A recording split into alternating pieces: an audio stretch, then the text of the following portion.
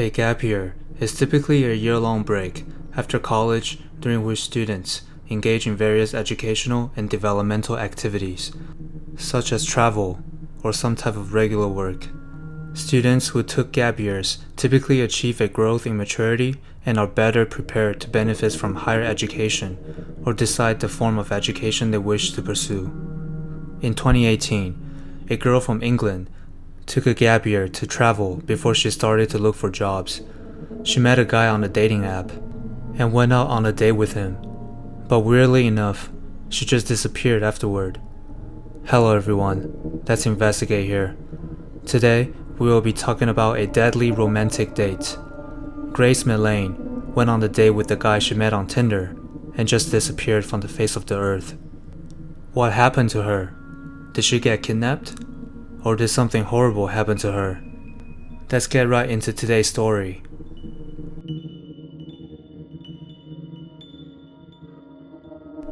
Grace Millane was from Wickford, Essex. Her dad is David Millane and her mom is Gillian Millane. Grace also had two older brothers.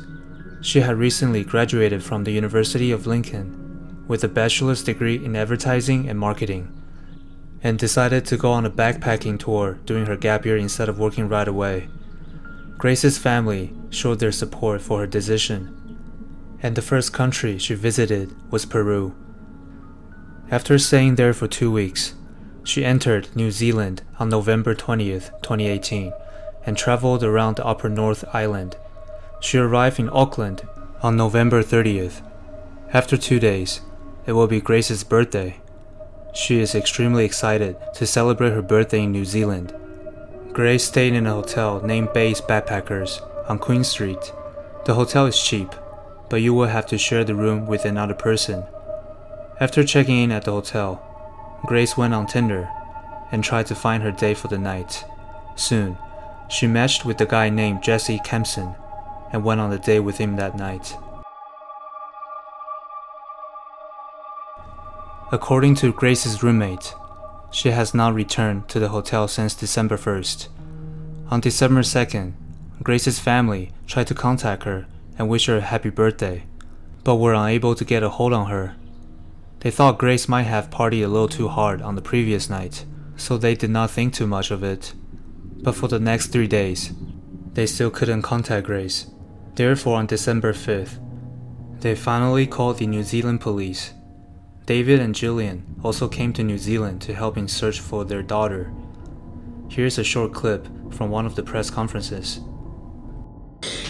As you know, Grace has been missing for several days.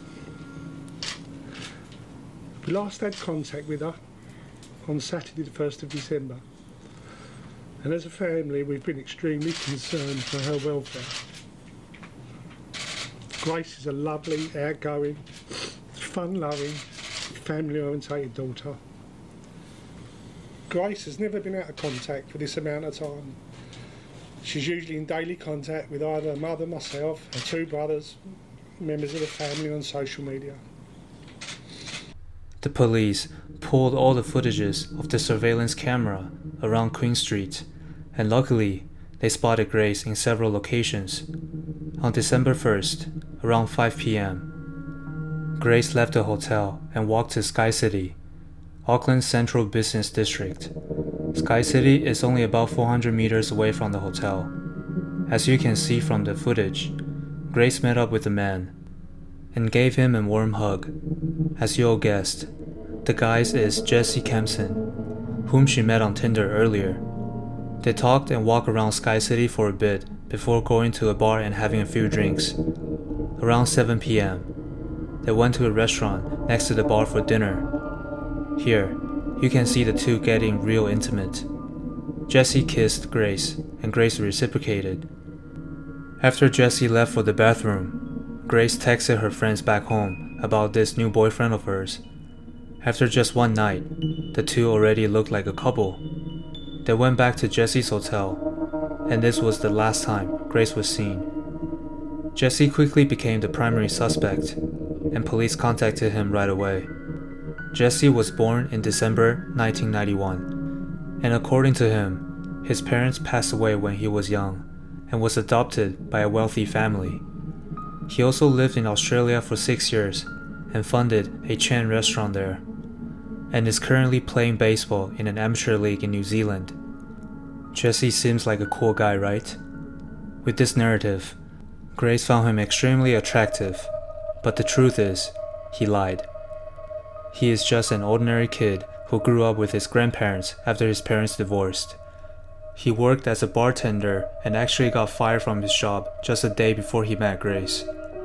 Jesse is definitely not as glorious as he described himself to be. On December 15th, Jesse spoke with the police about Grace. He described the night as magical, and they kissed each other before she left the hotel. Well, that is what Jesse said, according to the surveillance footage. Jesse left his hotel around 8 in the morning and went on to buy a big black luggage and some cleaning supplies. At 11 a.m., he rented a red Toyota sedan.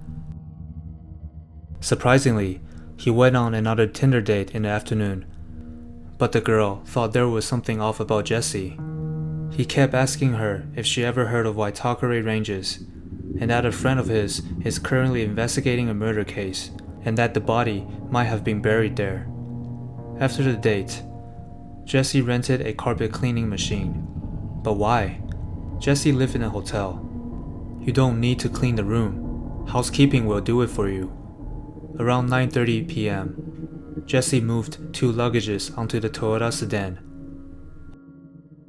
On the following day, he bought a shuffle from a local market and disappeared with his rental car and the 2 luggages for 3 hours. Around noon, he went to a laundry service to drop off a bag of clothes, and then went on to a self-service car washing station to clean the rental car. And after 2 days, he threw a bag into the trash can just outside the hotel. Jesse's behavior was suspicious enough for the police to know he's trying to hide something, but they didn't arrest him during the first interrogation. They needed more evidence. Later on, the police found out that the address which Jesse provided was fake. He actually did not mention anything about the hotel, and everything he said did not match what was shown on the footage. The police then searched Jesse's hotel. At first, they didn't find anything in the room, not until when the forensics performed the luminol test, which is to detect trace amounts of blood at crime scenes. They found that there was a lot of blood on the carpet. All this are hard evidence which can arrest Jesse right away. On December 7th, the police called up Jesse for another talk. This time, Jesse could not hold it anymore. He revealed what actually happened that night. It was just normal. It was very placid. And then she asked me if we could get into bondage. And then all I remember is falling asleep in the shower. I need to stop. I need to go. Would you like some fresh air? Yeah, please. I was in shock. I didn't know what to do. I didn't believe what had happened. I was just terrified and scared. I thought that she had gone. I thought she had left. According to Jesse, after they went back to Jesse's hotel, Grace asked him if he ever watched 50 Shades of Grey, and that she really wanted to reenact the scene with him. At first, everything was fine and they were enjoying each other's company, but then Grace started to demand Jesse to choke on her, as she wanted to experience suffocation. Jesse had never tried this before, so he didn't know what to do and when to let go, and he accidentally choked her to death. Jesse stated that he didn't even know he killed Grace that night. He was so intoxicated that he did not know what happened. He showered and was knocked out for the rest of the night. It was the following morning when he realized he had killed Grace. But was this actually what went down that night? The police did not believe anything he said, and arrested him on December 7th. Grace's body was found at Waitakere Ranges, the same place where he mentioned to his second Tinder date. The police also searched his web history, where they found that he did not go to sleep afterward. He searched the location of Waitakere Ranges Regional Park. He even used his phone to take several pictures of Grace's body after he murdered her, and then he stayed on the porn site for the rest of the night. At this time, we can all agree that Jesse is an extremely twisted human being. The forensics confirmed that the cause of death was suffocation, and there were several external wounds on her head and shoulders. I can only imagine what Grace had gone through with Jesse. This is too brutal. The Prime Minister of New Zealand had issued a heartfelt apology to the family of murdered British backpacker, saying her killing was a cause of national shame. Your daughter should have been safe here, and she wasn't, and I'm sorry for that. I've advised the family through the police that if there is anything we can do to assist, we are here to help with that. There were more extended investigations on Jesse Kempson, in case there were any recent related cases to him. One of his ex-girlfriends came out and accused him of domestic violence. He even chased her down around the house while holding a knife. He is extremely dangerous. After she broke up with Jesse, she filed a restraining order against him. It has also been revealed for the first time that he raped another British tourist 8 months before he murdered Grace. Jesse raped the tourist while she lay on the bed, crying and frozen with fear after she refused to have sex with him. She kept the attack secret until she recognized Jesse from the media coverage the day he was charged with Grace's murder.